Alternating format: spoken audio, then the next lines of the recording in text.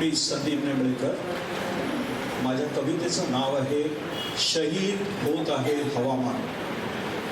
एकाच दिवशी येणारे हुतात्मा दिन आणि विश्व हवामान दिन विचारतात 23 मार्चला प्रश्न. विचारतात 23 मार्चचा प्रश्न, आजचा खरा हुतात्मा कोण? मुक्तियुद्धातला जवान की निशब्द जळणारं आपलं हवामान? पेटवताना मशाली प्रगतीच्या, काढल्या नभी रांगोळ्या गुरांच्या, चिमण्यातून कारखान्यांच्या, पसरवल्या सावल्या प्रदूषणाच्या, ढगाढगा सोनेरी स्वप्नांच्या, भरल्या थैल्या कर्मवायूच्या. जयघोष रस्त्यावर वेगाचा, अन उंचावणाऱ्या इमारतींचा, मनोरा महत्वाकांक्षेचा. विकत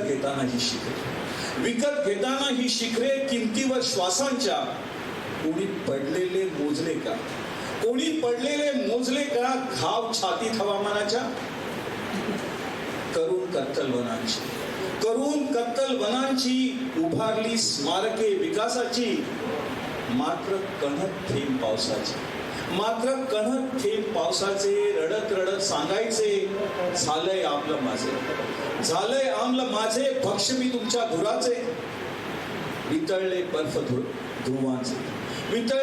ध्रुवांचे, विचारणे उसळून समुद्राचे, जीव माझ्या किनाऱ्यावरचे, बळी का तुमच्या प्रगतीचे? होते हुतात्मा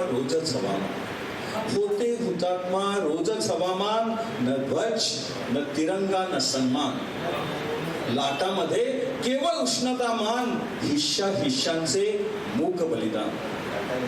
मानवा, तुम्हा सर्वांना विचारतो, मानवा पुन्हा लिहिशील का व्याख्या प्रगतीची? मार्ग विकासाचा हिरवागार करण्याची.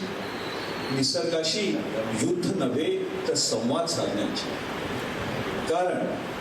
कारण जर नाहीच उरले